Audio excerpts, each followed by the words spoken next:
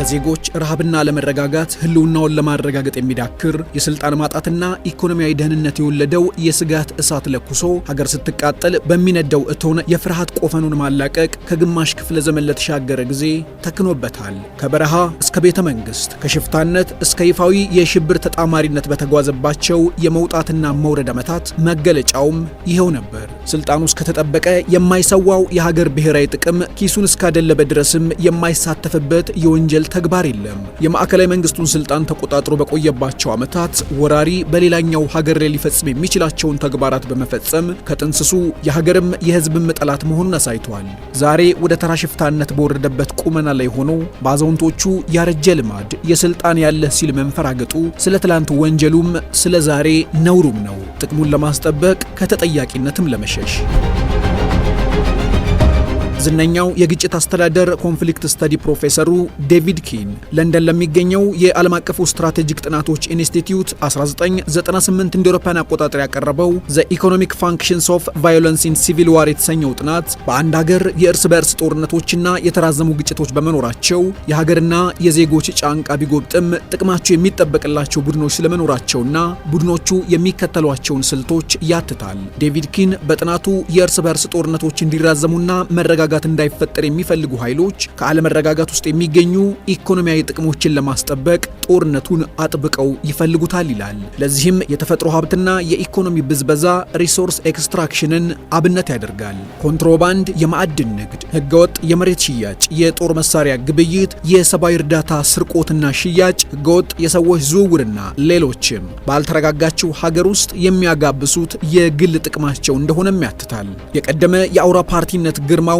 ልክ ባጣ ራስ ወዳድነቱ ምክንያት አጥቶ ወደ ተራ ሽፍታነት የወረደው ህገወጡ የአዛውንቶች ስብስብ 4 ኪሎ በነበረበትም ይሁን መቀሌ በመሸገባቸው የገዢነት ዓመታት በህዝቦች መካከል የአለመግባባት አጀንዳዎችን በመበተን በኮንትሮባንድ ንግድ ከብሯል። የሰብአዊ ድጋፎችን ከህዝብ ጉሮሮ ነጥቆ ለሰራዊት ቀለብ አለፍ ሲልም ለሽያጭ አውሏል። በህገወጥ የሀገር ሀብት ሽያጭ አልረካ ያሉ የቡድኑ ወታደራዊና የሴራ ፖለቲካ መሪዎች በሰው ልጅ እስከ መነገድ የደረሰ ከሰብአዊነት ነዋይን ያስቀደመ ተግባራቸውን በግልጽ አሳይተዋል። ከወንበር ተጣብቀው የእድሜ ፍጻሜያቸው ላይ መድረስ ህልማቸው የሆነ የግጭት ጠማቂዎቹ በለኮሱት እሳት ሀገር ስትለበለብ የህልውና ትግል የሚል የዳቦ ስም በመስጠት ከረመጡ ማዶ ካዝናቸውን መሙላት ላይ ተጠምደዋል።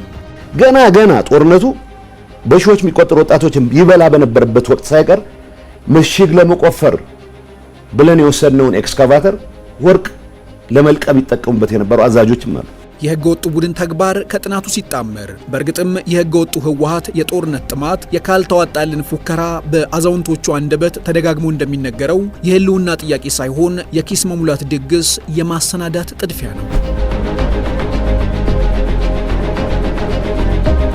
የፕሮፌሰር ዴቪድ ኪን ጥናት የእርስ በርስ ጦርነቶች እንዲራዘሙ የሚፈልጉ አካላት ሁለተኛው ምክንያታቸው ተጠያቂነትን ለመሸሽ እንደሆነም ያስቀምጣል። ተጠያቂነትን በሁለት ማዕቀፎች ሲተነትን የመጀመሪያው በስልጣን ላይ ያሉም ሆነ በጦርነቶች ወቅት የፈጸሟቸው ወንጀሎች ከተጠያቂነት ሚዛን ፊት ሊያቆማቸው እንደሚችል ስለሚረዱ የግጭቱ እሳት ላይ ቤንዚል በማርከፍከፍ የሀገርን መቃጠል ከተጠያቂነት ለማምለጥ ይጠቀሙበታል። ሁለተኛው የሚሸሹት ተጠያቂነት ደግሞ ሰላም የተፈጠረ እንደሆነ የህጋዊነት ጥያቄ ይከተላል። የስልጣኑ ባለቤት ማን ነው? በምን አግባብ? የሚሉ ጥያቄዎች ከአንጻራዊ ሰላም መነሻነትም የመሰረተ ልማትና ሌሎች የህዝብ ጥያቄዎች ሊነሱ እንደሚችሉ በማሰብ ሀገርና ህዝብ በሚፈጠሩ ትኩስ ግጭቶች ላይ ብቻ ትኩረታቸውን እንዲያደርጉ በማስገደድ ጥያቄውንም ተጠያቂነቱንም ያመልጡታል። ህገወጡ የህወሓት አንጃ በስልጣን በነበረባቸው ጊዜያት በኢትዮጵያ ብሔራዊ ጥቅሞች በኢትዮጵያ ህዝብና መቀሌ ገብቶ በጥቅምና በሴራ ከተደራጀ በኋላም በትግራይ ህዝብ ላይ የፈጸማቸው ወንጀሎች ከህሊናም ከህግ ተጠያቂነትም የሚያተርፈው እንዳልሆነ ይረዳል። ስልጣን የምትባለው ነገር ያጣለት ጠይቃለሁ ብሎ ስለሚገምት የራሱን ህልውና ከትግራይ ህዝብ ህልውና በላይ አድርጎ የሚወስድ አመራር ነው።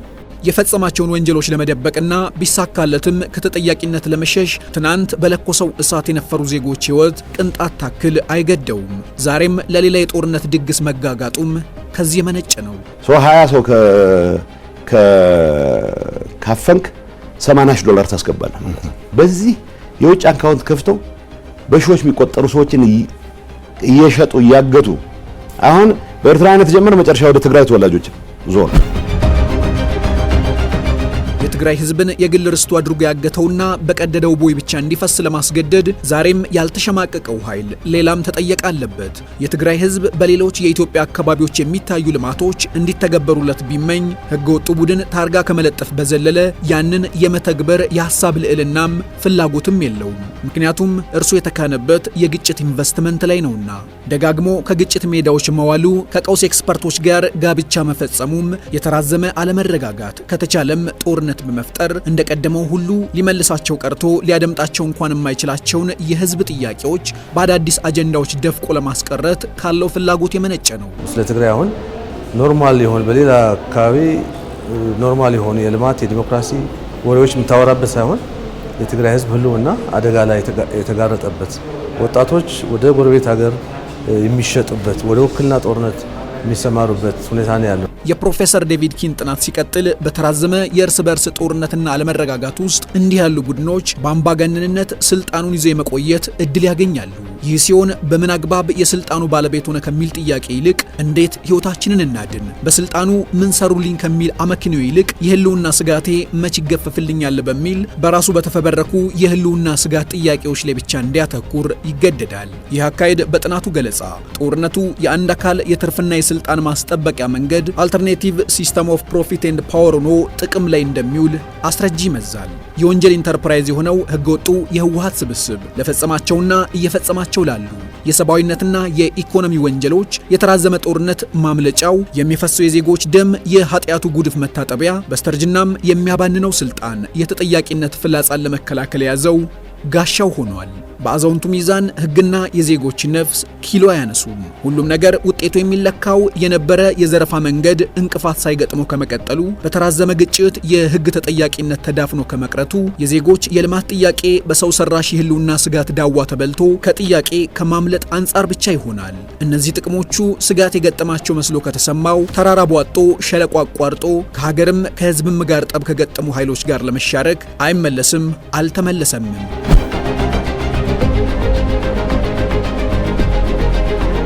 ከሀገር መሪነት ወደ ሰላም ጠንቅነት ከፍ ሲልም ወደ ሀገር ጠላትነት ሲሸጋገር ግብሩን የተጋራውም ከቀለብና ቀለሃ ጌቶቹ መሆኑም እሙን ነው። ለሶስት አስርት ዓመታት ቡድኑ ሲጠቀምበት የነበረው በኪስም ፈርጥሞ በወንበርም ተከብሮ ከህግም ተከልሎ የመኖር የሴራ ታክቲክ ዛሬ እርቃኑን ቀርቷል። አሁን የተደበቀ ፍላጎቱን በይፋ ገልጧል። ህዝቡን ታጋች በማድረግ እንደ ትላንቱ አይነት የህልውና ስጋት የተከባለ ፖለቲካ በማራመድ አንድም ሶስትም ጥቅሞቹን ማስጠበቅ ጊዜው አልፏልና በይፋ ጥያቄው የስልጣን መሆኑን አሳውቋል። አዲስ አበባ ሰዓት ዝብጻህ አዲስ አበባ እስክንደርስ ለብቻችን የምንሸከመው ነገር አይደለም። አዲስ አበባ መግቢያ ላይ ፋኖ እየታገለ ነው። አዲስ አበባ መግቢያ ላይ የኦሮሞ ነጻነት እየታገለ ነው። የትግል አጋሮች አሉን። ማሐዙት እንየውና ማለት ለዓመታት በጦርነት ፍርስራሾች የተደበቀ ዶላር ማፈስ፣ ከተጠያቂነት የመትረፍ የበሰበሰ የቡድኑን በድን ከመቃብር ማትረፍ ሙከራ፣ ሁሉም የጨነገፈ ምኞት